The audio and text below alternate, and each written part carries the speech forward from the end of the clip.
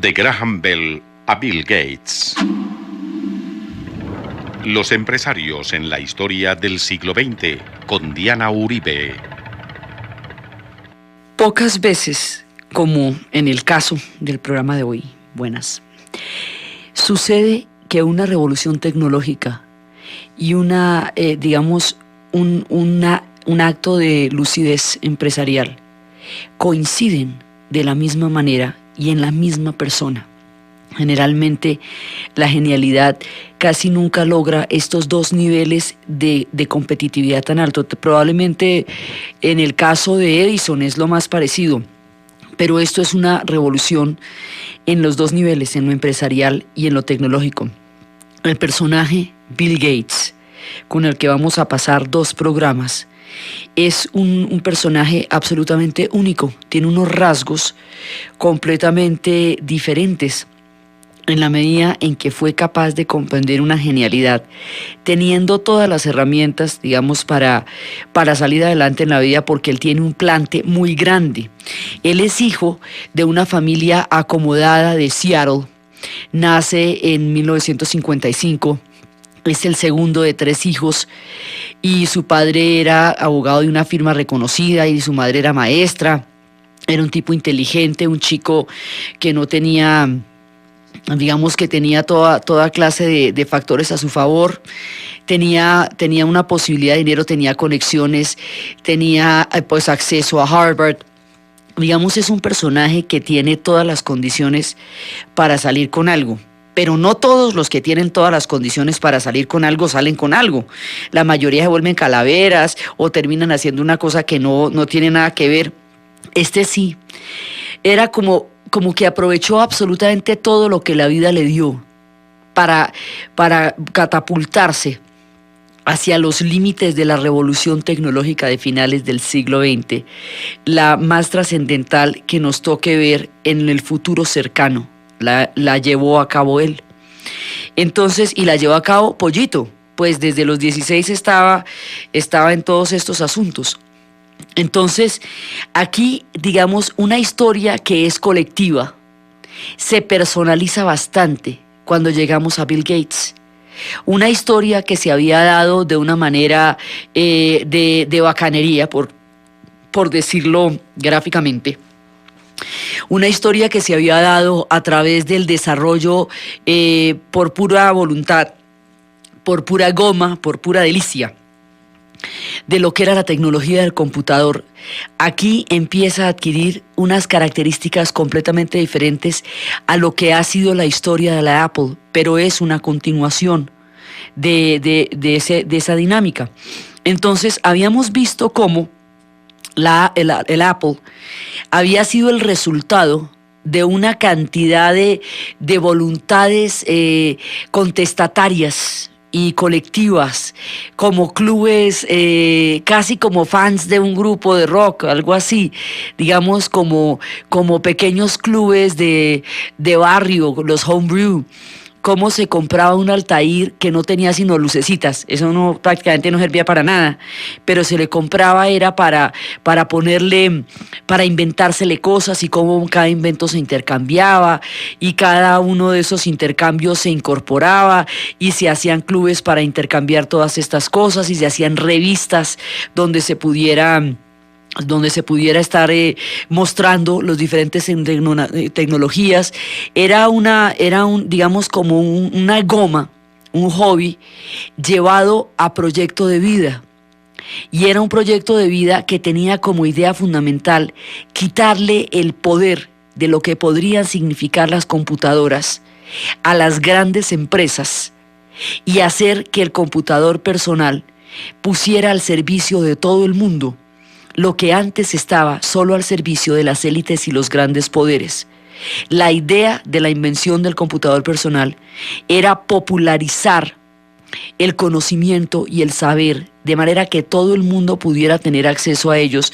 Si lo comparamos, podríamos hablar un poco de la enciclopedia de Diderot, cuando la idea era que la literatura y la escritura en general, el conocimiento en tiempos de las posprimerías de la Ilustración estaba solamente en manos de una élite, que si se lograba compendiar en un solo libro los artículos de la mayoría de las cosas que se habían descubierto y ese libro se popularizaba para que cualquiera lo leyera, el conocimiento estaría en la mano de muchos y no en la mano de pocos. Y esa fue la idea de la enciclopedia: democratizar el saber. En el sentido del computador personal es democratizar el conocimiento, es democratizar la capacidad de información, de generar y procesar información. Una tecnología que solamente la producían y la podían poseer por su excesivo costo era las grandes empresas, las grandes firmas. Esto es una popularización de la tecnología. Esto es llevar la tecnología al escritorio de la casa.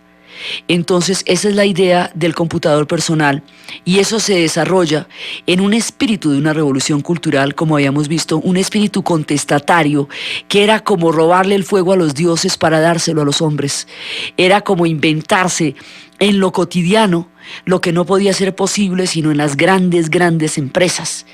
Entonces empieza el protagonismo del computador personal, porque él solito se va llevando a través de la capacidad de convocatoria que tiene, se va llevando a través de la máquina que todo el mundo compraba, que no servía para nada, pero que todo el mundo la compraba para hacerla servir e inventarle cosas. Y habíamos hablado de esta sopa de piedras que convocaba y se termina convirtiendo en sopa precisamente por convocar a una cosa que no existía.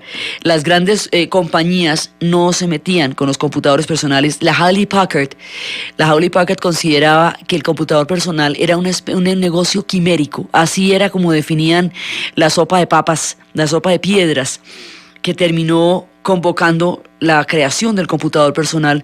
Lo consideraban un negocio quimérico porque estaba en todas partes y en ninguna parte, porque eran clubes de fanáticos, de gomosos, porque nadie imaginaba, salvo los que lo estaban haciendo, la proyección que esto tendría.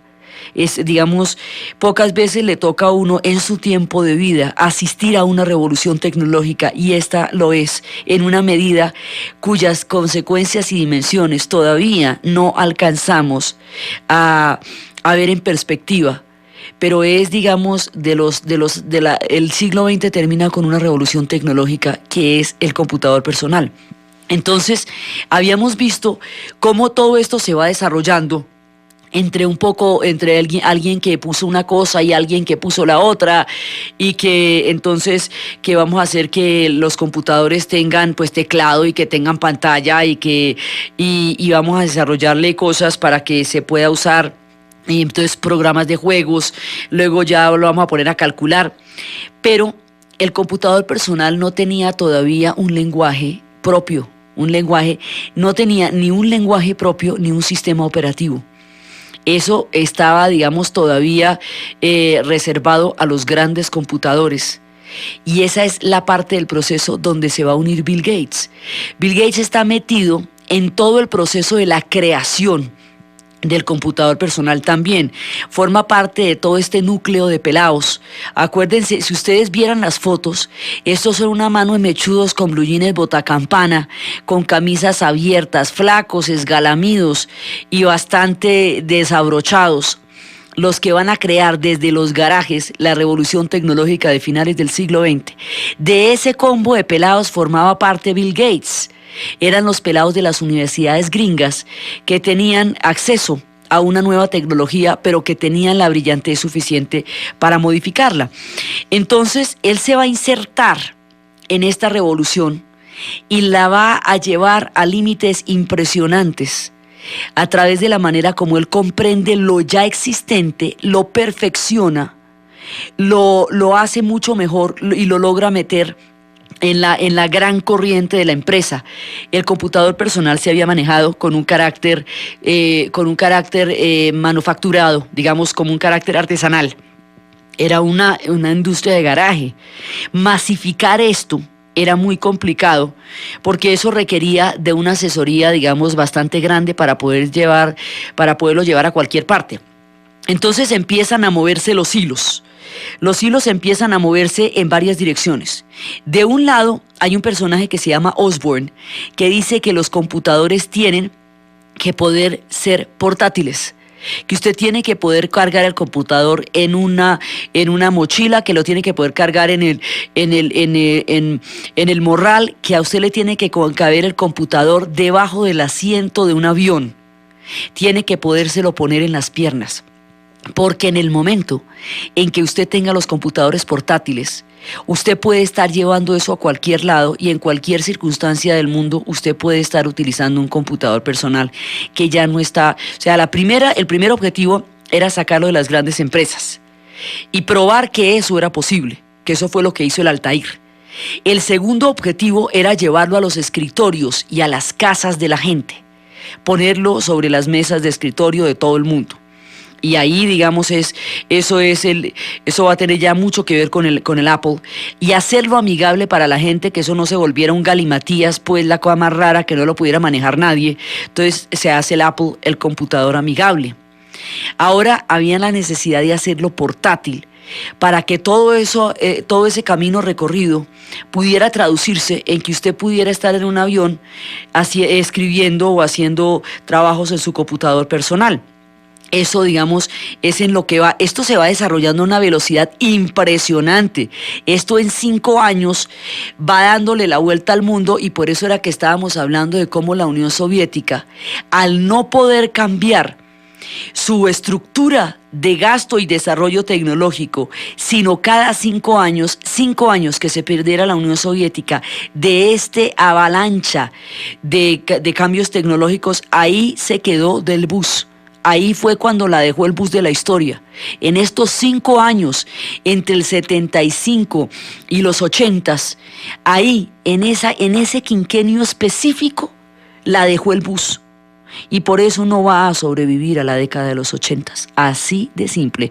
Al final de la década de los 80, en el último año de la década de los 80, ya la Unión Soviética estará herida de muerte, porque no va a poder asimilar este ventarrón de innovaciones que surgió como de la nada, una historia que tiene mucho de mágica, la historia del computador, precisamente por lo quimérica que es.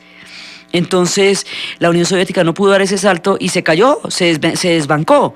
Entonces por eso era que contaban un chiste de los problemas de tecnología que ellos tenían. Entonces había un hombre fascinado con la tecnología rusa, parado mirando en la Plaza Roja a un personaje que estaba parado en una esquina de la Plaza Roja con 2 maletas gigantescas a los lados. Entonces él, admirador de la tecnología soviética, le dice a su esposa que todo lo que hacen los rusos es lo más fantástico que hay. Entonces dice, mire, preguntémosle a este hombre la hora. Entonces él va y le pregunta la hora al hombre, y el hombre le contesta la hora en todo el mundo, en cada una de las capitales, cuadrada con los satélites, puesta a disposición comparativa del meridiano, de todos los paralelos. Y ¿sí ve la tecnología soviética? Perdón, señor, ¿y en esas maletas qué tiene? Y el tipo dijo, las pilas. Ese era el problema de la tecnología soviética, y ese es el problema que los computadores han venido allanando a lo largo de esa revolución tecnológica, que usted no tenga que cargar unas pilas en unas maletas del tamaño de un viaje de 6 meses para poder almacenar la energía necesaria para mover un reloj. De eso se trata el computador personal portátil. Entonces, así las cosas, hay esta corriente. Y Bill Gates está formando parte de esto, porque una de las cosas importantísimas en la historia es saber entender sus mareas y saber montarse en la marea, que es como el surfing. Usted tiene que entender la estructura de las olas para poder surfear y para poder saber en qué dirección se mueven y cómo sopla el viento. Pues este era un surfista de las revoluciones tecnológicas, y la entendió, se la pilló donde era y cómo tocaba. Entonces, este personaje se mete a la secundaria, y es en la secundaria, en Lakeside, en un colegio privado, donde se va a meter, porque era uno de esos chicos superdotados. Entonces de niño lo aburría todo porque nada le daba la talla. Entonces van y lo meten a un colegio a un colegio privado así como de geniecitos más o menos, pues a ver si este muchacho se comprometía. Y lo van y lo meten en Lakeside, y en Lakeside es donde él empieza a trabajar Primero empezó a trabajar como en las máquinas de escribir como los estudiantes, así tecleando comandos y enviándolos al computador. Luego entonces, bueno, ya cuando empezaba la respuesta, él lo metía en un rodillo de la máquina y el proceso era bien engorroso, pero ese proceso del contacto con el computador fue el que le cambió la vida al hombre. Entonces, él empezó a dominar el BASIC, que era un lenguaje de programación, y empezó a trabajar con otros pelados autodidactas de Lakeside, de Lakeside, que era la escuela donde él estaba, y pasaban horas y horas y horas escribiendo programas y haciendo juegos y aprendiendo a moverse por el computador. Y él era un nerd antes de que existiera ese concepto. O sea, la imagen que una persona tiene del nerd, que es un pelado flaco, gafufo, que no juega con nadie, que no sale a la calle y que todo el día está comiendo libros, información y conocimientos, y que esa es la única manera que tiene de relacionarse con la vida, eso era Bill Gates. Era un nerd antes de que eso existiera o de que estuviera de moda el término, y era un yuppie antes de que se hubieran inventado los yuppies.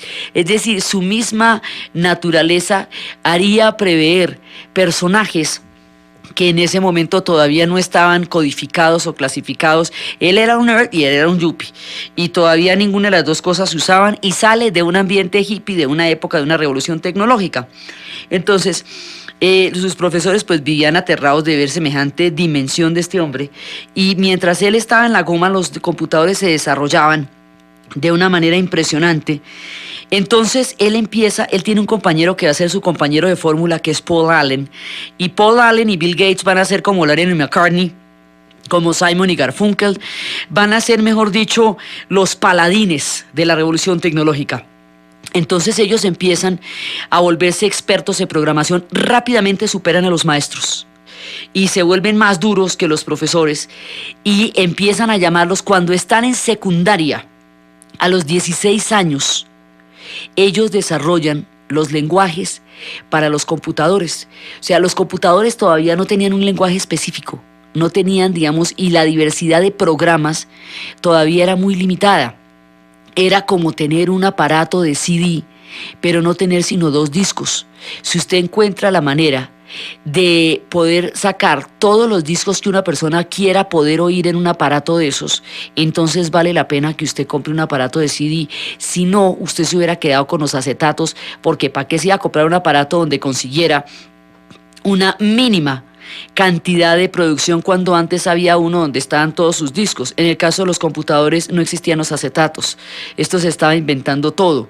Entonces, los programas no existían específicamente para los computadores nacen sin un lenguaje específico para ellos. Y eso son lo que estos dos pelados se inventan. Pelados porque aquí tienen 16 y 17 años. Se inventan con un grupo de amigos y empiezan a volverse pues expertos en programación, y ya empiezan a contratarlos de las compañías para empezar a negociar con estos programas que esta gente está inventando. Ellos lo que se inventan son los programas que se adaptan a los computadores. Entonces ellos dicen, bueno, digamos, todo el desarrollo que se ha venido dando del Apple es un desarrollo al nivel del hardware, de la máquina. Pero lo que esta gente va a inventar y lo que esta gente va a desarrollar son los software, los programas. Sí, es, digamos, lo que es el contenido mismo del computador. Los otros desarrollaron el computador como tal, la máquina. Pero el contenido mismo, o sea, una vez metido usted ahí, ¿qué es lo que va a hacer? ¿Cómo lo va a hacer? ¿De qué manera se va a relacionar con eso? Todo eso son los softwares, y eso es lo que esta gente va a inventar. Bill Gates y Paul Allen van a inventarle los softwares, y empiezan a trabajar con eso. Y entonces ya cada vez que se inventa un software de esos, un sector entero del conocimiento, de la industria, del comercio, de la publicidad, empieza a tener específicamente resueltos la manera de hacer su quehacer operativo en un computador. Entonces por eso es que ellos empiezan a desarrollarlo de esa manera. Entonces al principio a ellos les hacen una oferta de trabajo y se van para Oregon. En la primera parte, digamos que les dan en un principio la cosa era que a ellos les daban más bien tiempos para trabajar, o sea, tiempo de computador por investigaciones. Así es que ellos empiezan en el colegio. Luego empiezan a mandarlos, ya les empiezan a caer trabajos y en los trabajos les dicen, bueno, usted haga lo que quiera, innove y me va haciendo los programas a mí. Todo esto antes de graduarse de la escuela, se van para Oregon y todas esas cosas y luego se gradúan en Lakeside, en Lakeside y allá en Lakeside es donde después van a llegar a Harvard. Ahí Bill Gates va a estar casi aburrido jugando a póker y metido en el laboratorio de computación más que asistiendo a clases. Me ha dicho, se da el lujo de capar clases en Harvard, lo que le daban una idea de los intereses que él tenía y de la posición económica que él tiene, porque pues una persona que a la familia le cueste la vida meterla a Harvard no capa clase, pero se da el lujo de capar clases en Harvard y estar más bien por ahí como aburrido jugando póker. Entonces él vivía pues como los estudiantes y están desarrollando en ese momento lo que son los softwares. Y a esos softwares los van a llamar Microsoft. Ellos forman una compañía, pero ellos forman una compañía, mejor dicho, una sociedad de un par de pollos. Haga de cuenta como si usted en el jardín de su casa, en el antejardín, pone una carpa y vende helados. Sí, como si los dos pelados de la casa o el pelado y el vecino ponen una venta de helados en una carpa. Pues ellos vendían Microsoft, vendían softwares. Y entonces, pues así, una cosa pero caserita. Entonces, pero lo fantástico era que los estaban inventando. Ellos estaban creando el software, estaban creando los lenguajes y estaban creando, digamos, esto que ellos vendían. Era la revolución tecnológica que ellos estaban haciendo en el mundo de los computadores. Esa era la diferencia entre el producto que ellos tenían y la venta de helados en una carpa.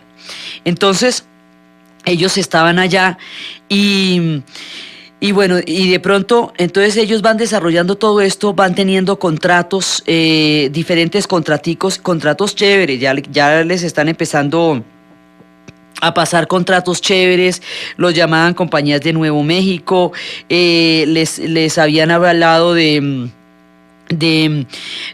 adaptar para sus computadores los programas que ellos estaban haciendo, y ellos hasta ahora estaban vendiendo, digamos, las promesas de cómo ellos iban a mejorar todas las cosas con estos programas que estaban inventando, con estos programas y con lo que va a ser el sistema operativo, que es, digamos, la clave de lo que ellos van a inventar.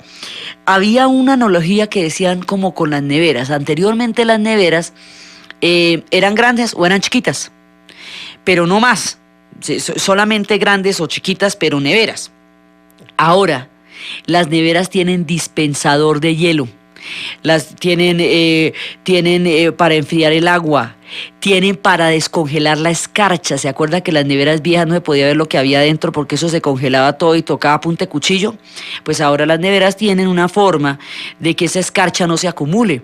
Entonces, hoy por hoy, cuando usted compra una nevera, la nevera tiene una cantidad de servicios incorporados que antes no existían, y ahora uno no se imagina una nevera sin esa cantidad de aditamentos. No necesariamente son indispensables, pero mejoran los servicios que la nevera puede tener, el tipo de compartimientos, el tipo de puertas. Los diseños de las neveras han cambiado mucho. Bueno, haga de cuenta, los computadores son la misma cosa. Así como tienen dispensadores de agua y así como tienen capacidad de eliminar el exceso de escarcha, estos van desarrollando programas y cada vez esos programas tienen más capacidad de creación y más capacidad de desarrollo y más capacidad de interacción. Entonces, pero lo que va a hacer el sistema operativo es como lo que hace que la nevera congele, digámoslo así. O sea, una nevera no era porque enfría, en esa medida sirve de panevera. Entonces, lo que hacía que la nevera congelara era una tecnología que se había desarrollado para las grandes neveras, pongámoslo de esa forma. Haga de cuenta, para los grandes refrigeradores que usted encuentra en las pescaderías o encuentra en los supermercados. Pero para hacerlo manual, para hacerlo, digamos, caserito, esa tecnología de enfriamiento de las neveras no se había desarrollado mucho. Ellos la van a desarrollar en los computadores. Es decir, el sistema operativo, que es como el eje de funcionamiento, como el motor, como lo que enfría en una nevera, como lo que prende en un carro, digamos, como lo que hace posible el funcionamiento mismo, tenía todavía las tecnologías de los grandes computadores que antes tenían las grandes compañías, y esto lo que hacen es diseñar un sistema operativo para el computador personal. Y eso digamos al nivel para el computador mismo, y diseñar los programas, multiplicar las posibilidades. Ellos lo que, digamos, cuando usted se mete en una historia de estas, usted lo que tiene son visiones. Usted lo que está viendo son potenciaciones, posibilidades de todo lo que no existe. O sea, una de las constantes que hemos visto en todos estos relatos es cómo usted está trabajando con lo que no existe. Y en ese sentido, cualquiera de los negocios y de cualquiera de las empresas y cualquiera de los inventos que hemos hablado acá son quiméricos, porque no existen, se los están inventando, existen solamente en la cabeza de las personas que lo están viendo. Usted tiene la idea de que para que a usted le vaya bien en algo, tiene que tomar las experiencias de las cosas que ya están inventadas y tratar de implementarlas de la manera más rigurosa y disciplinada posible. Esta gente no. Trabajó con lo que nadie se había inventado nunca, con lo que nadie se había soñado nunca, sobre la ilimitada capacidad de imaginar las múltiples posibilidades que podían tener los computadores personales si los programas se desarrollaran sin ningún tipo de limitaciones. Eso fue lo que ellos entendieron. Eso es lo que los hace duros en el asunto. Entonces, ellos están desarrollando eso, trabajando con el Altair, trabajando con el Apple, trabajando con todo lo que había.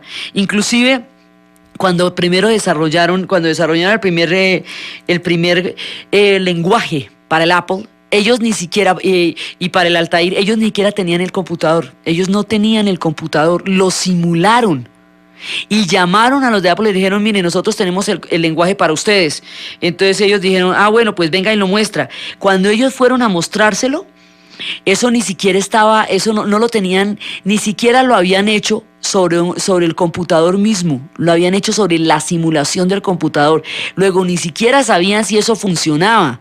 Luego, cuando llegaron con el cuento, era a ver si les sonaba la flauta y funcionaba. Igual podía pasar que no funcionara y fuera esto un oso espantoso, porque lo hicieron fue sobre un efecto de simulación. Eso sí es el colmo del pispirispis, ir a vender una cosa que usted ni siquiera creó sobre un modelo real, sino sobre un modelo simulado. Y lo peor de todo fue que les funcionó. Llegaron donde la gente del Altair, pusieron el computador y funcionó. Así, digamos, así de raro. Pues le escribieron a Ed Roberts y le dijeron: bueno, nosotros lo tenemos allá, tenemos un BASIC para su computador. Y llegaron y ellos no tenían el Altair. Es que eso es lo más increíble, no tenían el Altair, pero con la simulación lo lograron, y llegaron allá y lo pusieron sobre el Altair, ya directamente sobre el Altair, y una vez puesto sobre eso, funcionó. Entonces fue cuando ya, pues se acuerda de dónde salió el Altair, ¿no? Que eso era una máquina de colores con papel brillante. El Altair también era, me he dicho, esta historia es una historia de descrestes, porque el Altair tampoco existía cuando salió, eso tampoco servía para nada, no se sabía qué era, pero la gente lo fue comprando. Pues el lenguaje que estos lo diseñan sobre una simulación del Altair, y eso es lo que les van a vender, lo que van a mostrarles, y realmente funciona. Y es cuando empiezan a crear los comandos que hagan posibles procesar los datos y procesar. Digamos, esto se ha venido desarrollando, pero ellos son los que lo van a crear de una manera mucho más, lo van a hacer, digamos, así como el computador no se puede explicar sin el desarrollo del transistor, porque eso fue lo que lo hizo pequeño y lo que lo hizo práctico.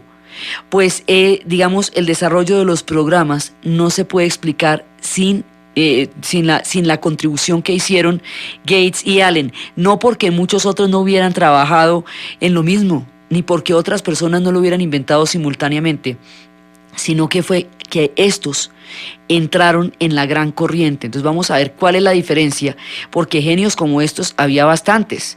Gente trabajando en lo mismo había bastante, y hay quienes inventaron este tipo de programas, inclusive los hay que hasta se los inventaron mejores, pero ¿por qué de ellos no sabemos y de esta gente sí? Digamos, ¿cuál es la diferencia si este era un trabajo donde todo el mundo estaba ahí? Entonces, pues ahorita vamos a ver cuál es la diferencia. Es que a ellos se les va a aparecer la Virgen. Entonces, con la aparición de la Virgen es que esta gente va a salir adelante, porque bueno, primero llaman a Ed Roberts, le dicen que tienen lo del Altair y le dice, listo, vengan para acá. Y entonces allá llegan y empiezan a trabajar en eso y ya saben que lo pueden hacer. Y entonces empiezan a trabajar en ventas con el Microsoft. Y las publicidades, por ejemplo, empiezan Microsoft, que es un microprocesador sin ella, y es como, digamos, una cosa recién inventada a la que le atribuyen un carácter de indispensable. Empiezan a hacer pequeñas empresas y a trabajar en eso, cuando un día se les aparece la Virgen. Entonces, la aparición de la Virgen es una llamada de la IBM. La IBM a todas estas se había quedado fuera del mercado, que la revolución del computador personal desplazó las grandes compañías, las grandes firmas. Entonces, primero tímidamente la Xerox y la Hewlett Packard, que se habían negado a meterse en el negocio de los computadores personales por considerarlo quimérico, por creer que eso eran pispirispis, se empiezan a meter en el negocio tratando de entrar a trabajar con esta gente, pero de una manera todavía muy, muy tímida, digamos, muy, muy lateral. Porque ellos consideraban que cuando usted no es nadie y tiene un garaje y su empresa es marca Gato, si su producto no funciona, pues usted no pierde nada porque no tiene un nombre ni una credibilidad que arriesgar. Pero empresas como la Xerox o como la Hewlett Packard, que habían desarrollado niveles tan grandes, sobre todo en el caso de la Hewlett Packard, a nivel de las calculadoras, no se podían arriesgar a sacar un producto que no tuviera la calidad de aquello por lo cual son conocidas. Eso podría arruinarlos o desprestigiarlos, meterse en un mercado que no sabían si realmente existía o no existía. Había muchos riesgos en asumir este tipo de empresas. Entonces, como las compañías no se meten con los computadores personales inicialmente, los computadores personales le van ganando el mercado. Cuando se dan cuenta, cuando se pellizcan, no están ni tibias, las barrieron. Entonces, se salió totalmente del control de las grandes compañías la tecnología de los computadores, que era de lo que se trataba la revolución tecnológica y contestataria que hicieron los pelados en los clubes y en los Homebrew y todo eso. Entonces ahora el imperio contraataca. Las grandes compañías multinacionales, las grandes empresas que se vieron desplazadas por el boom y por el auge del computador personal, ahora van a ver cómo se meten en el mercado, ahora sí de verdad, y llaman a Gates y a Allen. La diferencia entre todos los demás genios que están trabajando y que han estado trabajando en Microsoft y Gates y Allen es la llamada de la IBM. Por eso es que les digo que se les apareció la Virgen, porque si la IBM hubiera llamado a otros, serían esos otros los que hubieran dado, digamos, el auge de los computadores, pero llamó a Allen y a Gates. Entonces estos eran un par de chinos, par de pollos con los funcionarios de la IBM. Imagínense estos señores vestidos de grises, serísimos. Entonces ellos van a la entrevista y eso les preguntan hasta de qué mal van a morir, una cosa absolutamente intimidadora, y les ponen unos contratos. Entonces ellos la siguiente reunión se van con 5 amigos para hacer bulto, para que no queden ellos dos nomás solitos contra la IBM. Imagínense, es que negociar con la IBM en ese momento pues es una cosa muy asustadora, ¿no? Eso les temblaban las piernas y todo. Entonces entran en tratos con la IBM, pero ellos hacen una cosita que es el quid del detalle. Ellos hacen un trato con la IBM en el cual ellos le van a dar a la IBM, pues Microsoft le va a dar a la IBM los softwares, los programas, ¿sí? Entonces la IBM le hace firmar que la propiedad de los computadores, de las máquinas, de los hardwares, es de la IBM. Y Gates y Allen le dicen, sí, chévere, pero la propiedad intelectual del software, o sea, de los programas, es mía, de Bill Gates y de Allen. Al ser de Bill Gates, al no vender, aquí está la lucidez del hombre.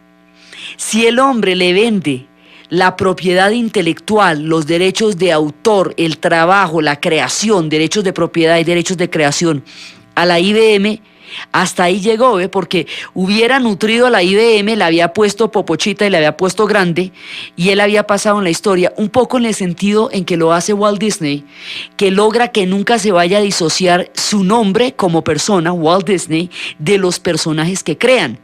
Entonces a usted no se le ocurre nunca separar ni a Mickey, ni a Minnie, ni a Tribilín, ni al Pato Donald de Walt Disney.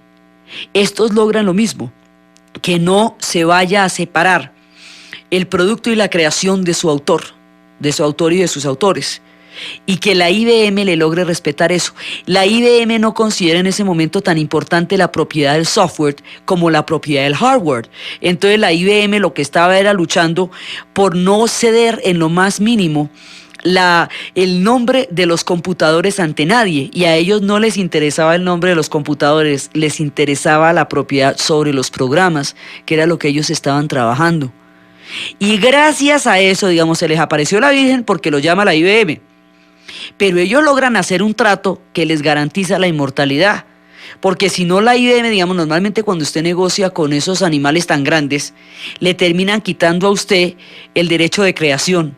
Y ellos, lo que hace Bill Gates es no cederlo. Y es sobre ese derecho de creación que va realmente a fundamentarse la gigantesca fortuna personal que hoy tiene.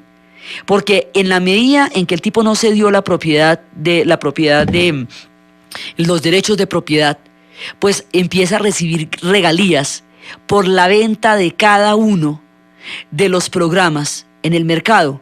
¿Y quién puede difundir esos programas mejor que la IBM? Si es que la IBM tiene una capacidad de mercadeo gigantesca porque es una multinacional. Es como si usted llega con unas panelitas que hace usted en su casa y logra venderle las panelitas a una de las empresas más grandes del mundo. Digamos, como usted le vende las panelitas a la Exxon y la pone a distribuirlas.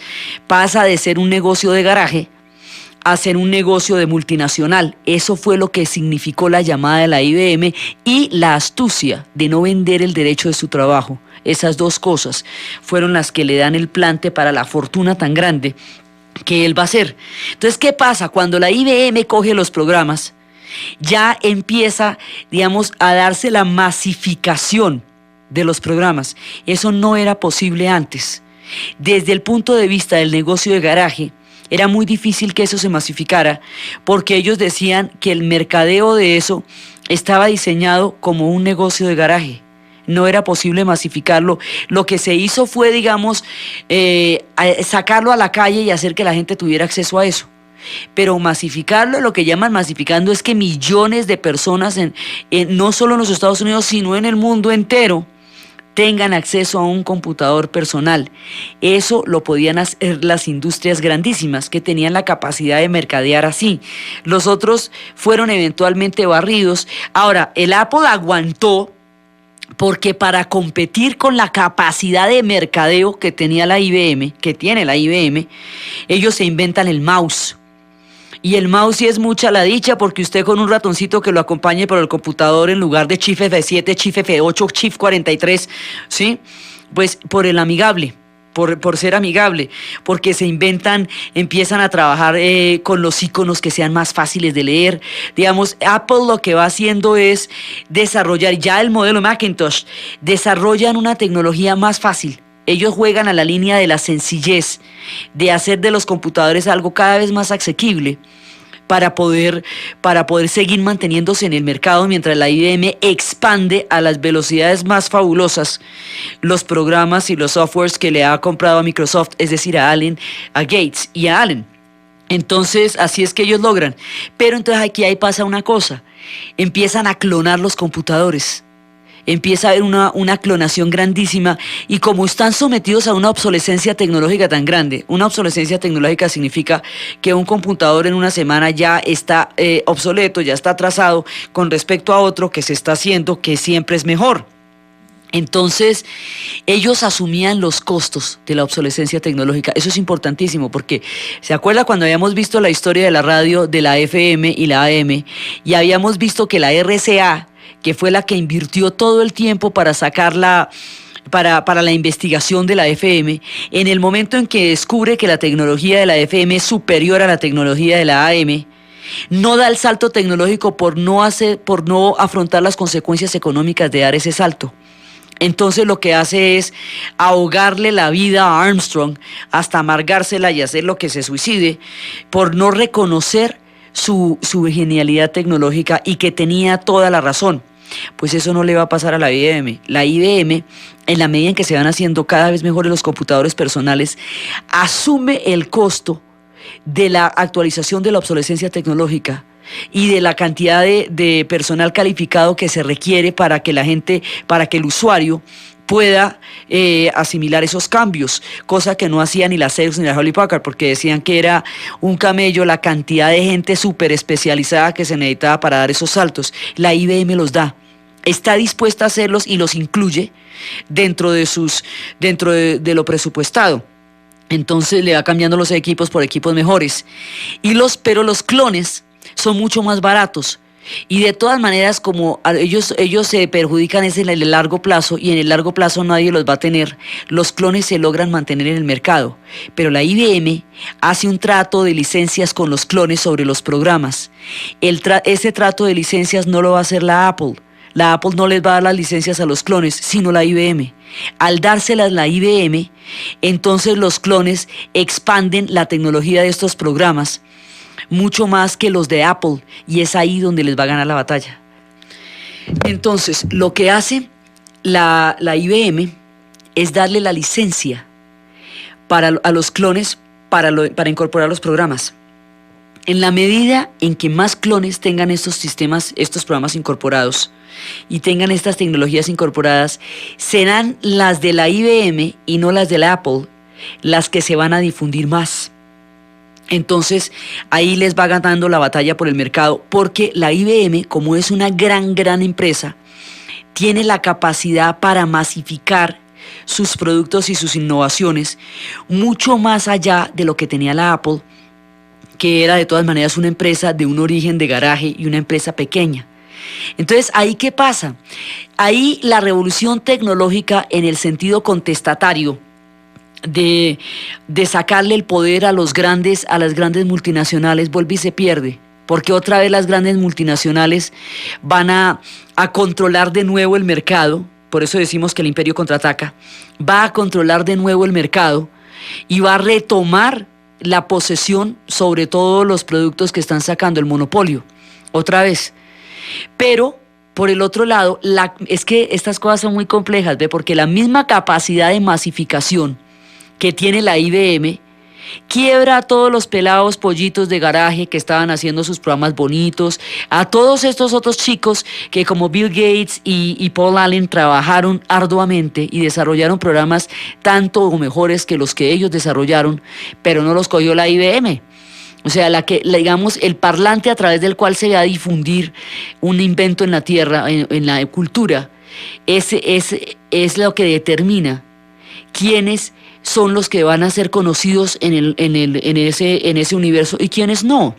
Entonces la IBM llamó a estos dos chicos, por eso estos dos chicos serán los que serán conocidos en el mundo entero, y los otros chicos que estaban en las mismas circunstancias pasarán al olvido, muchos de ellos, porque esto va a matar la industria de los pequeños computadores, las industrias de garaje, todos estos chicos alegres que desde sus clubes y los homebrews, o sea, el carácter de bacanería que tenía la creación de los computadores se pierde en el momento en que la IBM regresa al mercado.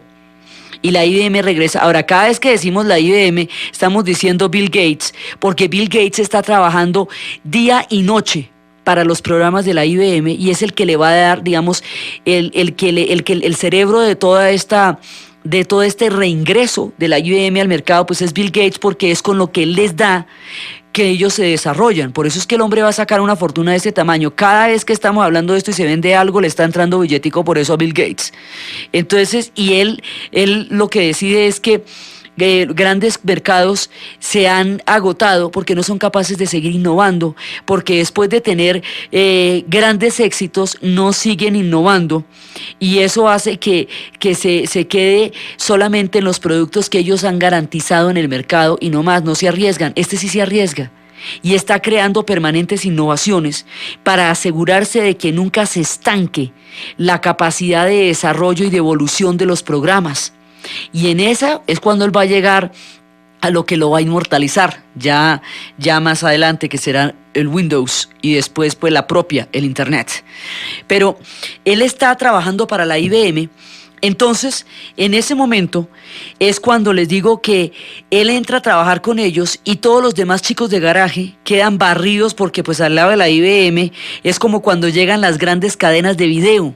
Las pequeñas tiendas de video de barrio, la mayoría quiebran. A no ser que sea una relación así muy antigua con el barrio, quiebran porque los pequeños videitos con sus copias así maluquitas de segunda y tercera generación no pueden competir con una cadena de video, y si tienen copias de primera mano no pueden competir en cantidad con una cadena de video. Por eso o son capaces de desarrollar sus propias cadenas o se mueren.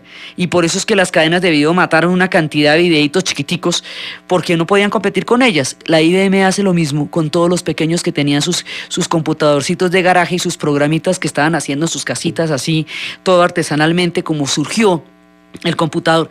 Pero, habiendo arruinado a todos los chicos que lo hicieron posible, el objetivo fundamental por el cual se creó el microcomputador resulta siendo cumplido por aquella en contra de la cual se creó el computador personal. El computador personal se lo quitaron, digamos, era una manera de quitarle el monopolio a la IBM del conocimiento y de la tecnología, y que todo el mundo tuviera acceso al computador para democratizar el mundo y la tecnología y la información. Y resulta que será justamente la capacidad de mercadeo de la IBM, la posibilidad de masificación que tiene la IBM y que no van a tener otras empresas y no van a tener las ventas de garaje, la que va a permitir que todo el mundo tenga un computador personal, que se masifique, que el conocimiento se difunda, que existan las condiciones tecnológicas para crear el siguiente paso, que va a ser la red. O sea, si ya todo el mundo tiene computadores, asumimos como todo el mundo un universo en un principio de países desarrollados, luego de países como los nuestros, digamos aquí ya, aunque en muchas zonas apartadas sea mucho más difícil la tecnología de un computador, en todo caso podemos decir que el mundo aquí ya se mueve por computadores. Hace ya rato que se está moviendo por computadores y ya existen las escuelas de ingeniería de sistemas. Entonces eso hace que la cultura haya asimilado el computador como una tecnología que desplazó a todas las demás. Todo esto no le estaba pasando a la Unión Soviética. Fue todo esto lo que se perdió. Por eso cuando ya intentó entender lo que había pasado, ya de tren se le había ido hace mucho tiempo, no pudo volver a pagar sus gastos, empezó a generar unos déficits bastante grandes y la deuda la fue arruinando hasta que la desplomó. O sea, un salto tecnológico del tamaño, digamos, el salto tecnológico de los computadores es uno de los factores que va indirectamente a influir en el fin de la Guerra Fría. Porque al no poder la Unión Soviética seguirse sosteniendo como potencia por la ruina de un salto tecnológico, renuncia a la carrera armamentista, y al renunciar a la carrera armamentista, pues renuncia a la Guerra Fría, que era de lo que se trataba, y se desbarata como potencia. En los Estados Unidos desarrolló la revolución tecnológica, y por eso ellos, digamos, terminaron no solamente sobreviviendo, sino ganando. No solamente en el geopolítico, sino en el mercado, y el mundo interactuado lo desarrollan ellos por estas revoluciones de garaje que los pelados desarrollaron. Entonces Gates está en la jugada. Gates lo que hace es entender la marea de la historia y tener la suficiente brillantez para poder desarrollar por la pura goma, por la pura genialidad, porque el hombre sí es genial. Digamos, es nerd y todo eso porque es un genio, es una mente absolutamente brillante y gomosa de los computadores, que es lo que le permite. Si él no fuera genial, no tendría la capacidad de seguir innovando y no sería capaz de visualizar una cosa como la red. Visualizar una cosa como la red es estar pensando en términos de ciencia ficción. Los computadores, por supuesto, están muy ligados a la ciencia ficción, desde el nombre de Altair, por el planeta del viaje a las estrellas, en adelante. Todo esto es hacer ciencia ficción. Es como cuando Julio Verne se inventaba los viajes a la luna, pero es tener la oportunidad de desarrollarlos en su propia vida. Entonces la red, que es sobre la cual se han escrito miles de novelas de ciencia ficción, será posible en la medida en que los computadores se masifiquen. Y los computadores se van a masificar en la medida en que se hagan más asequibles. Y eso es lo que va a hacer, la IBM con Gates a la cabeza. Entonces, Gates va a lograr estar en la jugada, en la cresta de la ola, pero sin dejar que la marea se lo trague. Y la manera como él no deja que la marea se lo trague es con dos características fundamentales: la innovación permanente, y el mantener siempre las visiones adelante, y el no ceder nunca los derechos de propiedad sobre sus creaciones. Eso es lo que le va a dar a él la capacidad. Ahora, esta gente se va a enfrentar a la clonación, se va a enfrentar a la piratería de los programas, se va a enfrentar también, digamos, a una cantidad de variables, pero entonces ellos los van incorporando y los van perfeccionando cada vez mejores, para que de todas maneras a usted le salga mejor conseguir uno de verdad con toda la marca y con todo el respaldo que conseguir programas piratas, porque los programas piratas no le pueden garantizar lo que ellos están haciendo. Entonces, es en este lado, digamos, donde el Apple no logra, precisamente por no darle las licencias a los clones. Es minoritario en el mercado con respecto a la IBM. Y la IBM después va a desarrollar a incorporar dentro de sus equipos las características de amabilidad y de amistad que tenía el computador Apple, que tenía el computador Macintosh. Eso del mouse, esto de los iconos en dibujitos bonitos que usted pueda ver, el dibujito de la lupa para que sepa que por ahí se busca, el dibujito de la imprenta para que sepa que por ahí se imprime. Eso, digamos, esos iconos tan familiares, tan amables, los va a incorporar el IBM también. O sea, eventualmente va a terminar absorbiendo la tecnología que desarrolló el Apple, y con ellos ya van desarrollándose otros. Después van a aparecer los Compact, y van apareciendo una cantidad ya más de productos que van desarrollando unos y otros. Las van incorporando, o sea, cada una de estas revoluciones se incorpora por el siguiente modelo, y en la medida en que se incorpore deja obsoleta la anterior, y es una generación cada vez mejor y mejor. Entonces, Microsoft desarrolla el sistema operativo para los computadores personales de la IBM. Eso es lo que ellos hacen, ¿sí? Entonces, en principio lo habían trabajado sobre los programas del Altair, sobre los programas y programas para el Macintosh, para el Apple, pero cuando se les aparece la IBM, empiezan a desarrollar ya lo que es el sistema operativo en función de los computadores personales de la IBM. Entonces, la IBM le paga las regalías a Microsoft por cada unidad vendida, y sin asumir los derechos de propiedad sobre el sistema operativo, o sea, sobre lo que hace que las neveras enfríen. Entonces, ese acuerdo es el que sella la característica de masificación de los computadores en la cultura. Y al cabo de 10 años, Microsoft desarrolla tal nivel de ganancias que termina tomando posesión del dominio que antes tenía la IBM. Sí, digamos, junto con la IBM, pero se va a volver más poderosa a nivel de la industria del software que la misma IBM que fue para la que trabajó. Eso casi nunca pasa, digamos, que usted logre ponerse por encima del gigante con el que usted empezó. Entonces, es ese pacto entre Microsoft y la IBM lo que va a dar las características tecnológicas para que esto se masifique. Entonces, pues ya las cosas se van volviendo de unos tamaños. Este pacto se hace en el 80, para el 86, Microsoft ya cuando cumplió 10 años tenía 1.500 empleados, ventas por casi $200 millones, y Gates tenía 30 años. Ya en ese momento tenía 30 años y una fortuna absolutamente impresionante, y él seguía teniendo una vida sencilla. Le gustaban los carros rápidos, pero no es un tipo de lujos ni de riquezas. Más bien come en restaurantes de comida rápidas y vuela en clase de turista. Lo conocen como el joven más rico del mundo. Y pasa su vida en el Microsoft.